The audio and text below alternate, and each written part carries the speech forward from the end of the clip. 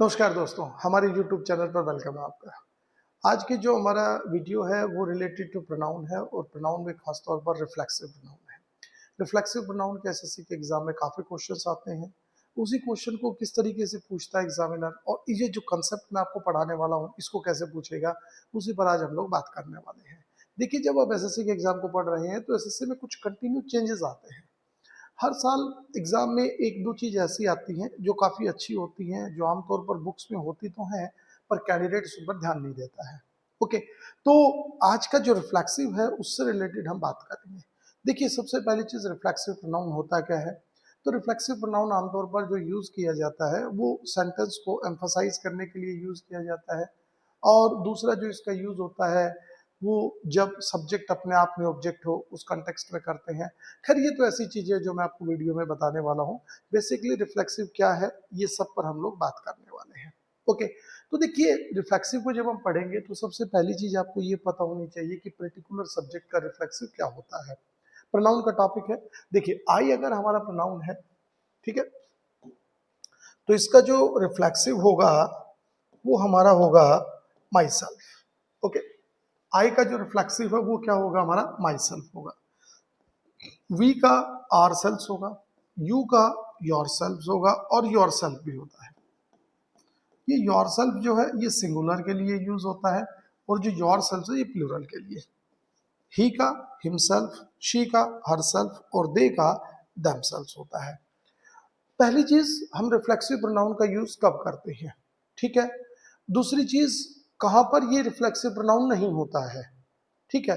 तो सबसे पहली चीज देखेंगे जो इंपॉर्टेंट है, reflexive pronoun is always used according to its subject. Reflexive pronoun का यूज हमेशा याद रखिएगा सब्जेक्ट के अकॉर्डिंग होता है। रिफ्लेक्सिव प्रोनाउन का यूज क्यों करते हैं, जब भी आप सेंटेंस में, हमेशा याद रखिएगा, आपको ऐसा बोलना हो कि मैं खुद इस काम को करता हूं या सब्जेक्ट खुद ही ऑब्जेक्ट हो। सब्जेक्ट अगर अपने आप में ऑब्जेक्ट है तो हम उसके लिए रिफ्लेक्सिव प्रोनाउन का यूज करेंगे। देखिए, इसके लिए कैसे करेंगे और सब्जेक्ट अपने आप में ऑब्जेक्ट कैसे होता है। फॉर एग्जाम्पल, मैं एक बहुत आसान सेंटेंस लिखता हूं। देखो, मैंने कहा आपसे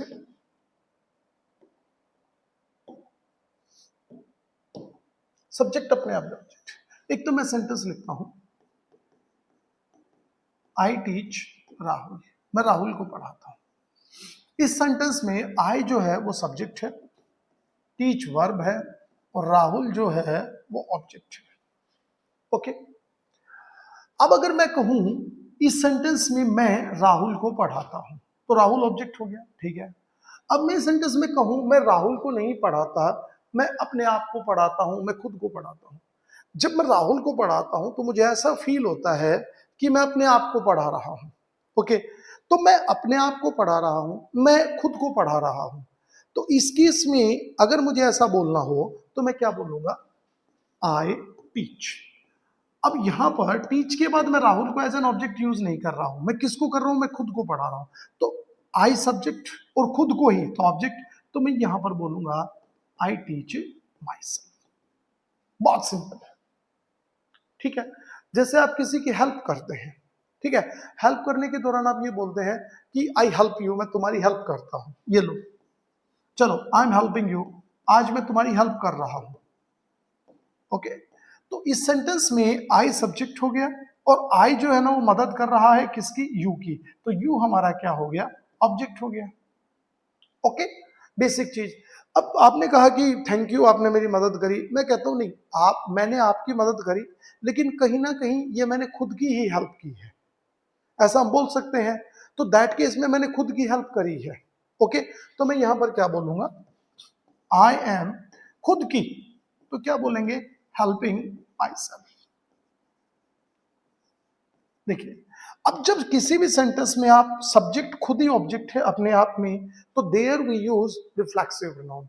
और जब सब्जेक्ट अपने आप में ऑब्जेक्ट होता है तो उसके लिए हम बोलने में यूज क्या करते हैं, अपने आप, खुद का, दैट इज रिफ्लेक्सिव, ठीक है।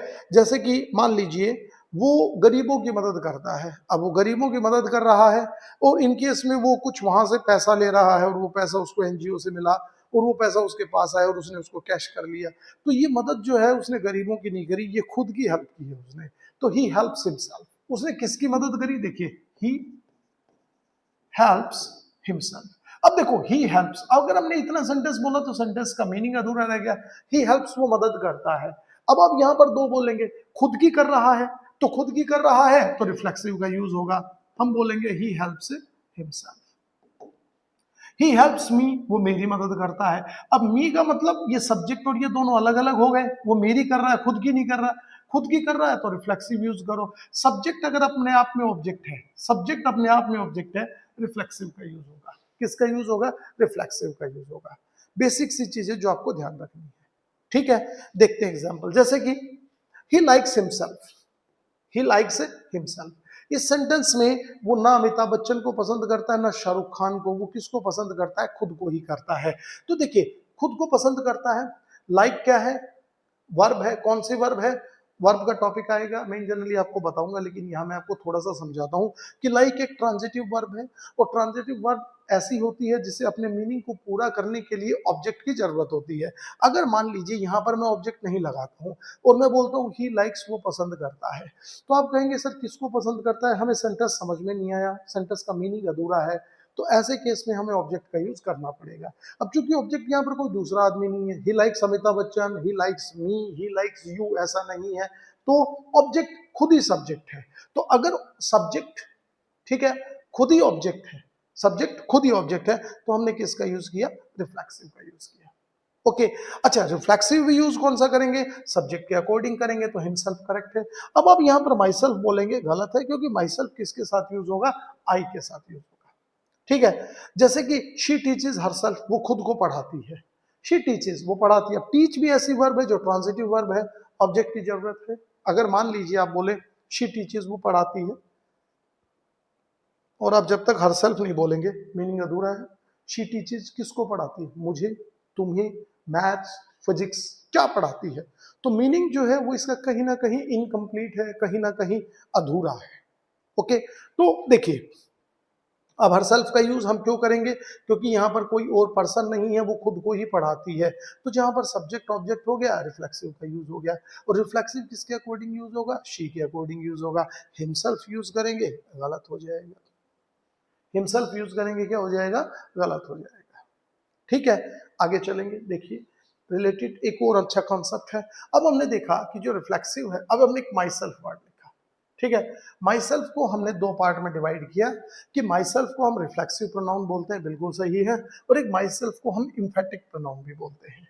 अब मैं आपको ये क्वेश्चन क्यों पढ़ा रहा हूं? पहले जब एसएससी के एग्जाम्स होते थे तो उसमें आमतौर पर हम लोग इतना ही पढ़ाते थे कि ये रिफ्लेक्सिव का यूज है, इम्फेटिक बहुत कम पढ़ाते थे।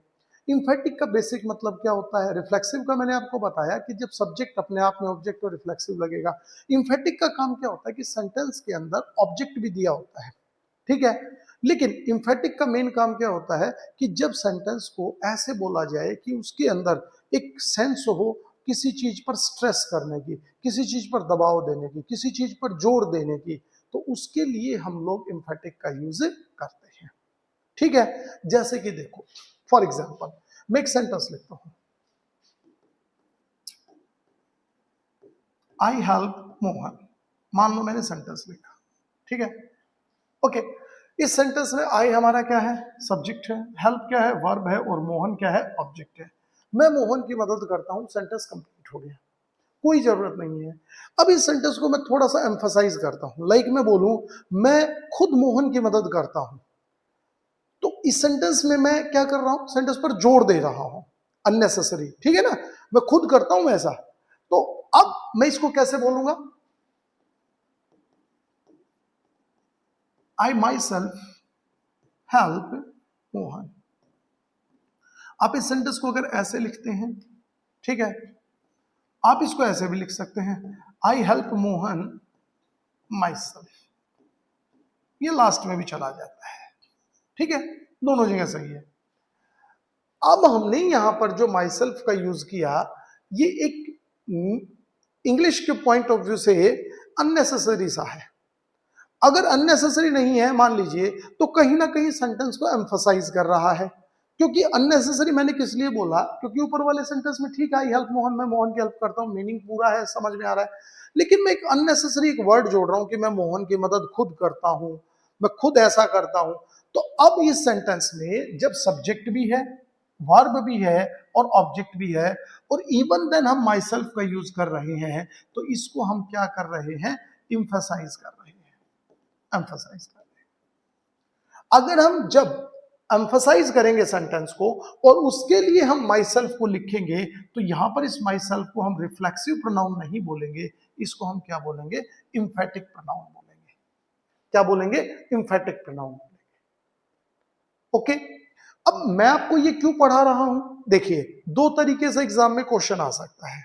एक जो लेटेस्ट ट्रेंड आया है कि किसी भी सेंटेंस में एक पर्टिकुलर वर्ड को अंडरलाइन करते हैं और अंडरलाइन करके कहता है कि इस सेंटेंस का पार्ट्स ऑफ स्पीच पहचानिए, ठीक है ना। जैसे देखो, मैंने कहा, देखो जैसे कि example, yo he teaches himself. देखिए एसएससी का बड़ा अच्छा क्वेश्चन है कि रिफ्लेक्सिव प्रोनाउन माई सेल्फ को कब रिफ्लेक्सिव बोलेंगे, कब एम्फेटिक बोलेंगे, ठीक है। ध्यान दो, ही टीचेस हिमसेल्फ, देखो ही टीचेस वो पढ़ाता है, हिमसेल्फ खुद को, तो यहाँ पर टीच जो है वो ट्रांजिटिव वर्ब है, इसको ऑब्जेक्ट की जरूरत पड़ेगी और ऑब्जेक्ट सब्जेक्ट खुद ही है, तो हिमसेल्फ जो है वो यहाँ पर क्या हो गया, रिफ्लेक्सिव प्रोनाउन हो गया, ठीक है।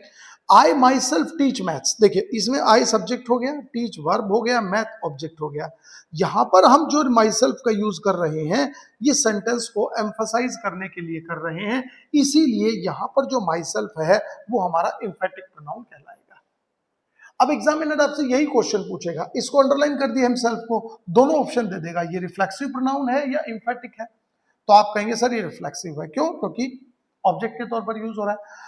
इस सेंटेंस में कहेगा आई माई सेल्फ टीच मैथ्स, मैं खुद मैथ्स पढ़ाता हूं, तो इसमें आपसे पूछेगा इसका पार्ट्स ऑफ स्पीच बताइए, तो अब आपको क्या बताना है, ये क्या है सर, आपका एम्फेटिक प्रोनाउन है, ठीक है। जैसे कि he helps her self, sorry she helps her self, वो खुद की मदद करती है, तो यहां पर शी और हर सेल्फ ये क्या हो गया, ऑब्जेक्ट हो गया, तो ये रिफ्लेक्सिव प्रोनाउन हो गया।